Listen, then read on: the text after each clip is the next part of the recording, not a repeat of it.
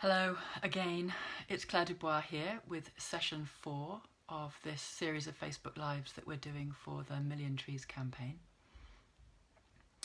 One would have hoped this would be getting easier by now, and I can safely say that it isn't. However, I'm going to start, as usual, by saying I woke up with 29,309 trees registering on the campaign. And that means that from here on in, every month, 29,309 trees are going to be planted.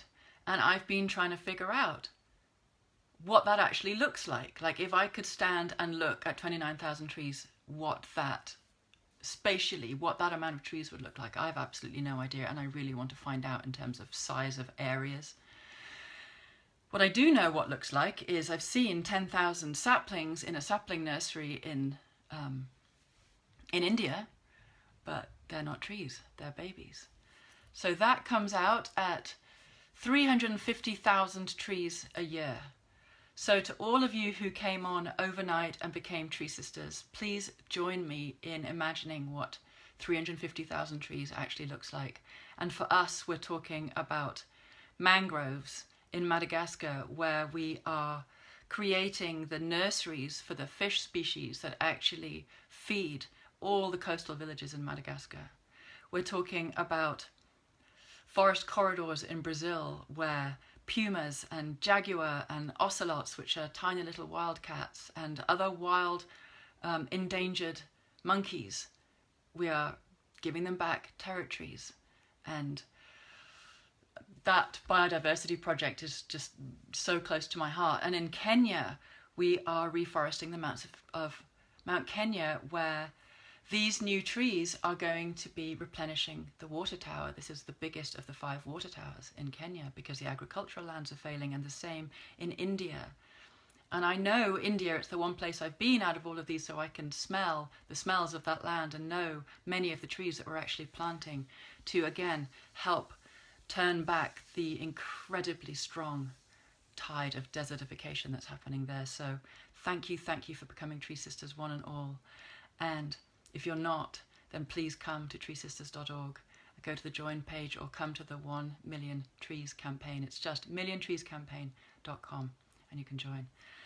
So over the last 2 days, I've spoken a lot about grief and a lot about the power of grief in terms of its catalytic capacity to wake us up to ourselves and to spur us into our courage and our creativity.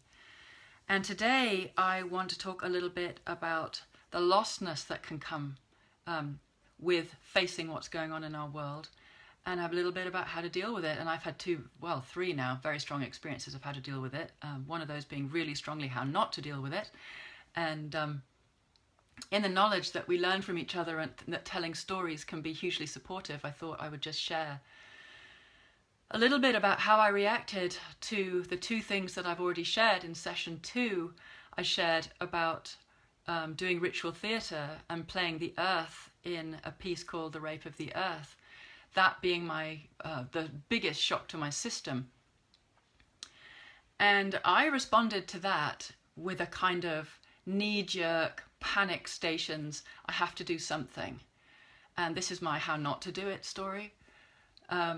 I found the very first thing I could find, and I knew it had to be to do with the feminine, and I threw myself into this consulting work.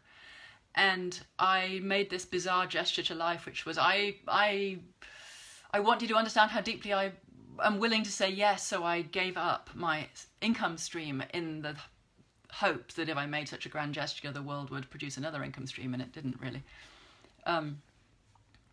And so I threw myself into desperately trying to find a way of bringing my gifts, and I went clear outside of my comfort zones completely. I cut off my income and I sunk myself without trace. And it's not like I didn't have a lot of profound learnings during that time. I did. But I say this to say there is real value in when you wake up to being able to simply sit in the experience that you're in and the feelings that you're in without trying to get away from those feelings by doing something that will suddenly make you feel better. There is incredible richness and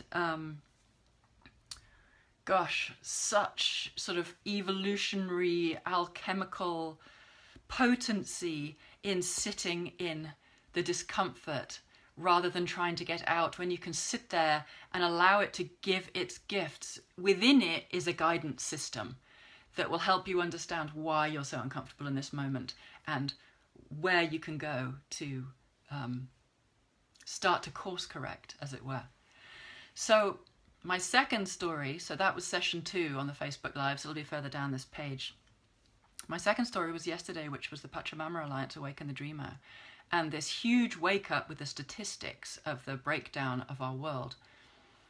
And after that, again, it was like the second wallop from life. You know, I have to do something, oh my God, I have to do something. And everyone around me was also in I have to do something, and we all actually started doing something. But again, for me, it was this, I was busy doing the thing that I was doing, which I kind of knew how to do. And I had this feeling that whilst I was doing the thing that I was doing, which the majority of people in this world, I think, are doing the thing that we know how to do. It may not be the thing that absolutely lights us up or brings us joy or is our complete life purpose, because many of us think that we, you know, if we tried to do our life purpose, we wouldn't be able to have a wage or, you know, live our lives. But I had this feeling that because I was so scared, if I didn't put down the thing that I was doing, I would never actually open myself up to the possibility of what might come. But this time I had a partner who did have an income. And so when I turned around to him and said, you know, I think I'm just going to have to stop doing what I'm doing so that I can make space for what I should be doing to arise within me, bless his heart, he said, I'll support you. And so I was able to put down my work for a while and sit in this, what I call yogic squat, you know, pretty unbearable place of not having a job, and therefore in our world not having an identity, or that's how it landed on me at the time. And now I could sit there and say, you know, I'm not doing anything. I'm in a really strong place of exploring myself and get that it has value, huge value. But at the time I had tipped into the most extraordinary identity crisis. But I sat there, you know, and if you sit in the absence of everything that you think you are, and you allow for something else to come through, then a different path can appear in front of you. And that was the path that took me to Project Green Hands. It took me to India, and it took me to the trees. But what I want to really talk about is this moment, because if you've watched the last 2 Facebook Lives, you know, actually you don't have to have either of those 2 experiences to understand the state that our world is in and this extraordinary schismic experience we're having of what feels like non-response. And so how do we actually handle sitting with what can I do, especially if we're in a situation where our life feels very much like we can't change it, you know, whether it's because of the income that we need or the family that we have, that it feels like I don't feel like I've got any wiggle room to make any grand gestures and, you know, figure out what my life's purpose is if we don't know what our life's purpose is. And so I just wanted very simply to say 4 steps that could really help. The first one being, when you hit one of those edges of, you know, what's going on and how do I deal with it? Step 1, be honest with yourself. Instead of going, oh my God, what can I do in this moment to try and make myself feel better? Actually, just stop and see what you're feeling. Be honest with your feelings. Which could be, you know, okay, I'm feeling scattered. I'm feeling frightened. I'm feeling frazzled. I'm feeling like a deer in the headlights. I'm feeling like I don't know what to do. I'm feeling like I can't do anything. I'm feeling like, so just like dropping through the layers of what's in this discomfort. Drop, drop, drop. Be honest with yourself. Allow, you know, one of my very simple ways of living life these days is if life presents an experience that causes me to feel things, then I'll say, okay, life's decided that I'm ready to feel this thing right now, so my job is simply to sit and feel it, in the knowledge that in the feeling of it, there's a gift. It may feel absolutely wretched, or it may feel wonderful, but either way, life's brought me this thing. So in these moments where life gets through and you start feeling something, even if it's uncomfortable, it's a gift. There's a gift in there. So can I stop in this moment and let myself actually feel it? Can I be honest with what it is that I'm actually feeling? So this is like seeing things as they really are in your life. Second thing is, how deeply can you actually feel it? Really feel it. And you don't even have to understand why you're feeling what you're feeling, especially if what's happening now has just triggered a basin full of old stuff. Let it come. If life's decided you're ready for that, let it come. Feel it, feel it, feel it. Then, what often happens if we're feeling something unbearable, clarity about what we really want to be feeling arises.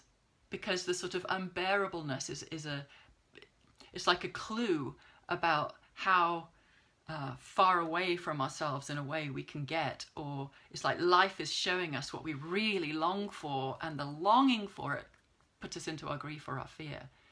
But the next thing is, can you actually let yourself really feel what you long to feel? So for me, it was, I long to feel fully given. I long to feel like my life makes sense. I long to feel like I'm part of a species that makes sense. I long to feel like everything that's inside me has a place to come out. It's like all of those longings were arising for me in my extreme confusion. And they become like a new true north, like a new compass that says, okay, there's all of these feelings, but actually these are the ones that I want to feel. And so, can we allow ourselves not just to feel the feelings that we're frightened of that are difficult? Can we allow ourselves to feel the feelings that we're frightened of because they're good and because they point us towards something that we want? Because can we let ourselves feel the thing that we want? Because can we let ourselves be worthy of having the things that we want? Is there a world in which I can imagine I could be doing something where my gifts are fully given? Where who I am does make sense, where the things that I'm participating in call forth more of the gifts that I have to give. Because wouldn't that be incredible if our world was oriented towards finding ways of helping all of us not just make money, but actually step into profound fulfillment, where what we're doing doesn't just make sense of who we are, but calls forth more of who we are, so that we're not these sort of compressed, suppressed, sort of little workaholics sitting there, as Lynn Twist says, making a killing rather than making a living, doing stuff that actually destroys our planet rather than all doing things that serve our planet back into fullness. We have the opportunity to live lives of profound significance right now, but we have to have the courage inside ourselves to point towards what that might look like. Even if we haven't got a clue what it could actually be, we can have a clue what it would feel like. And those feelings are like that luminous tuning fork that starts to vibrate your whole system into another state of possibility that says, I'm ready for more. I need more. I am more, and I want the more of me to come forward. So from that place of feeling, if you sit in that, if you sit in those longings, if you give yourself permission to feel them, can you start to feel for little incremental changes in your life right now that could actually start to point you towards that? There will be something, even if it's tiny, that you can do, even if it's waking up every morning and giving yourself permission to write down how you want to be feeling. Even if it's giving yourself permission every day to go out for 20 minutes and stare at the trees and talk to them about how you want to feel when you're fully alive. Just things like that. For me, it was going to India and finding Project Green Hands and starting to work for the trees, which I'm going to talk to you about, I think, in 3 days' time, because tomorrow I'm doing an interview with Rachel Bagby, who is a stunning singer, songwriter. Gosh, she's a woman that it's very hard to wrap words around. She's so completely different to anything I've ever met, but she sings her way through her life. She's just written a book called Daughterhood, and as part of the Feminine Awakening series, she's going to help us look at how we bring our voices forward to step into our power. So that's tomorrow with Rachel. And then on Wednesday, I am hosting Atosa Soltani, who is the founder of Amazon Watch. And her talk is called Fierce Love, Flying Rivers, and the Amazonian Heart of the World. And I sat with her in her office the other day, and I watched one of these extraordinary live maps which shows these flying rivers of moisture from the rainforest. And you can actually see over the Amazonian rainforest, it's pulsing. It may be flowing everywhere else around with the ocean currents as well, but over the Amazon rainforest, it's pulsing. There literally is a heartbeat. And Atosa will be explaining to us the whole hydrological cycle of the water that is arising through the transpiration of the rainforests and providing the rain. In the majority of the rest of the world, so much of our water actually comes from the rainforest, and too few people actually understand about that.